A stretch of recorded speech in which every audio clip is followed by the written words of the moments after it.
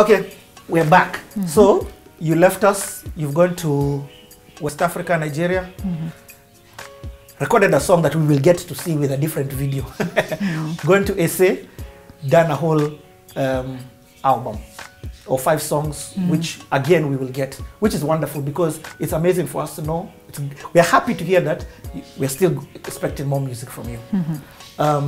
Now, again, this is nothing small. Even Americans don't do this. You were next in performing at Capitol Hill for the Senate and various influential politicians from across Africa. How, when, explain. Because now we're talking about America, by the way. We're talking about America. Capitol Hill, see at the... I was shocked at how easy it is. Some things that you quite dream of, and it was easy. And going to Capitol Hill for me was like, is it? You know, I could not believe it. I'm looking at, oh, this is Senator Mike Lee. You know, you're meeting different people. I don't even know them. Okay, start it from the beginning. How did it even start? What happened is I was singing at the National Prayer Breakfast the year before, Kenya. So actually when Raila and Uhuru hugged, so everybody was happy, you know. Yeah. So what happened? You came back with a bang. Yeah. But you also sang at for the president. What do you call him? During those celebrations, is it Jamhuri? Yeah, I've done those ones. Those are big things. They are big things, but we struggle with sound. Okay. We really believe God for sound. So for that, you were invited to the national breakfast at Kasarani? No. It was at Safari Park. Safari Park, sorry. Safari Park. Yeah. So, you know, they don't pay you anything. So you go, it was totally voluntary. And I usually say sometimes when you're strategic about where you volunteer, it's really awesome because I didn't know there was a senator. Actually, the guy who made Uhuru and Nani hug was a senator. I was not even, you know, paying attention. I was having stage fright. So, after that, I shook their hands along the way. I didn't even know who was who. So then that's how I got the invite later on. That's in January. Yeah. You just get an invite from one of that senator. I'd like you to come and do the same thing for our prayer breakfast. Yes. For the prayer breakfast, for the African dinner. African dinner. At Capitol Hill. I'm like, what? It was unbelievable. Had you been to States before? No, I had not been to States before. I had been Nimwad, what's it called? Visa. A couple of times. So many times. I was like, is it that I don't speak English? Or is it like, because you know, you would go there with a big statement, you know, what. I think there was something would get wrong with that. And so it was easy then because they wrote a letter from the Senate. So I was in him. So for me personally, that was a testimony because I got a visa, one, easily.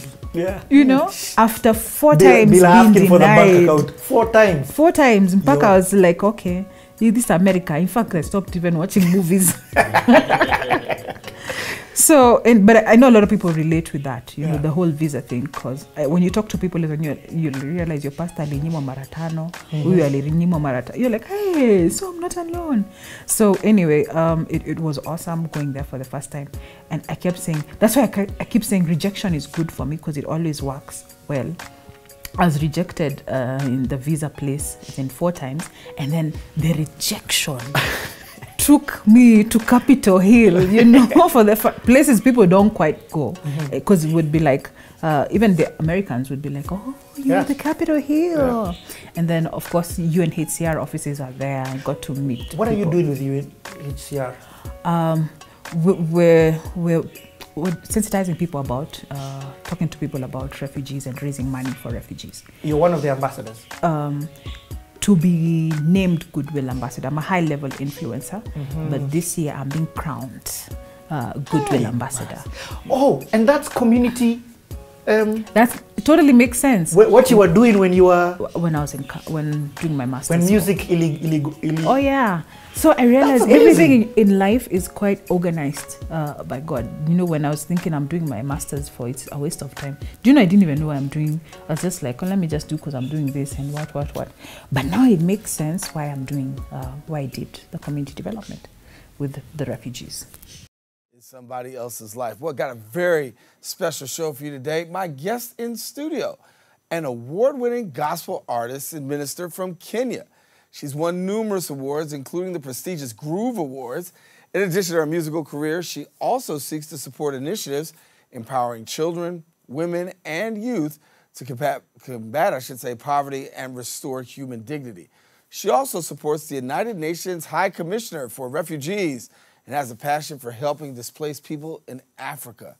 Miss Mercy Masika is our guest, and we welcome her now to the show. And welcome. Thank you. It's an honor to have you. Thank you so much. I'm excited to be here. Well, excited to have you as well, all the way from Kenya. Yes. Here in the United States and here in the Bronx. And you're the top Kenyan gospel artist, first of all. And so, first of all, it's an honor just to have you here. But talk to us about your work as a gospel artist. A lot of work, a lot of passion. Mm-hmm.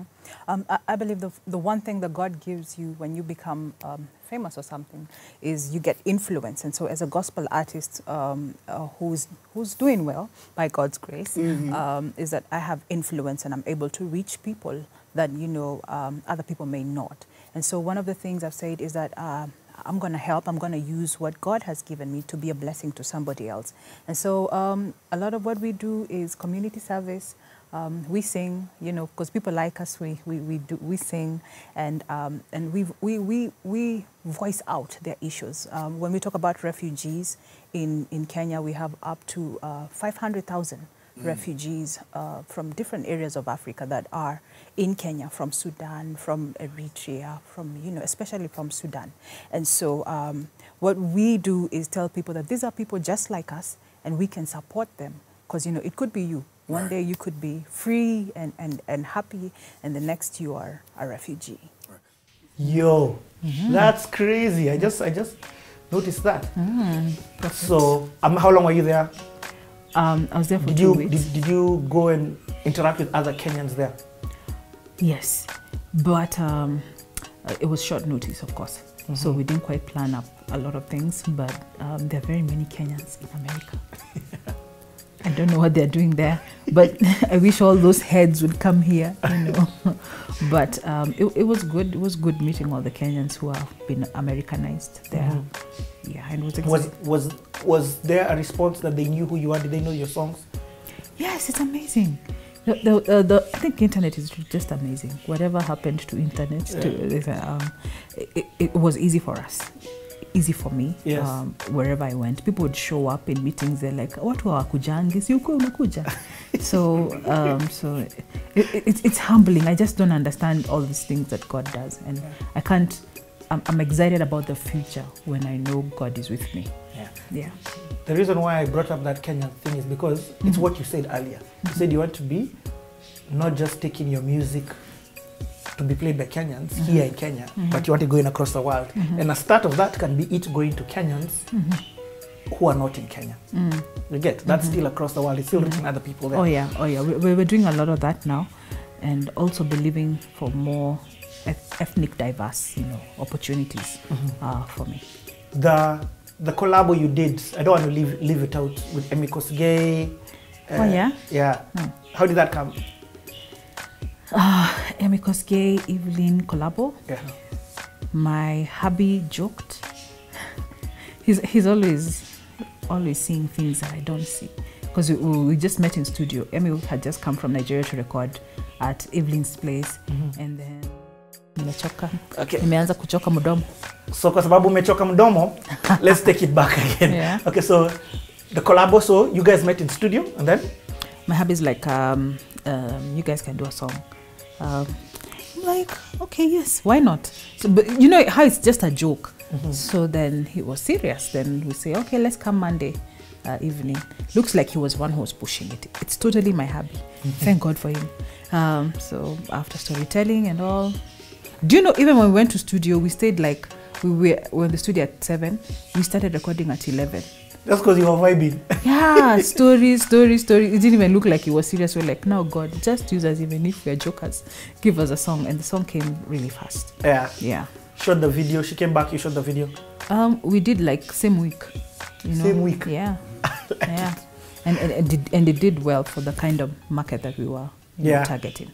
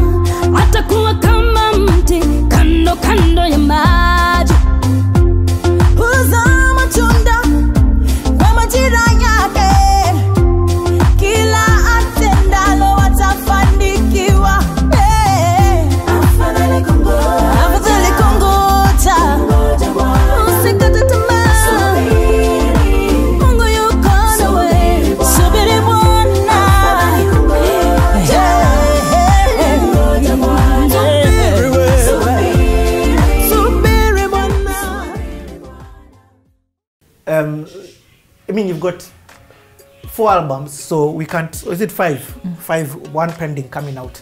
So we can't talk about every other song, but let's end it at least with 2 things. One, I love what you've been doing in terms of online worshiping, taking the evolve and the introduction of social media.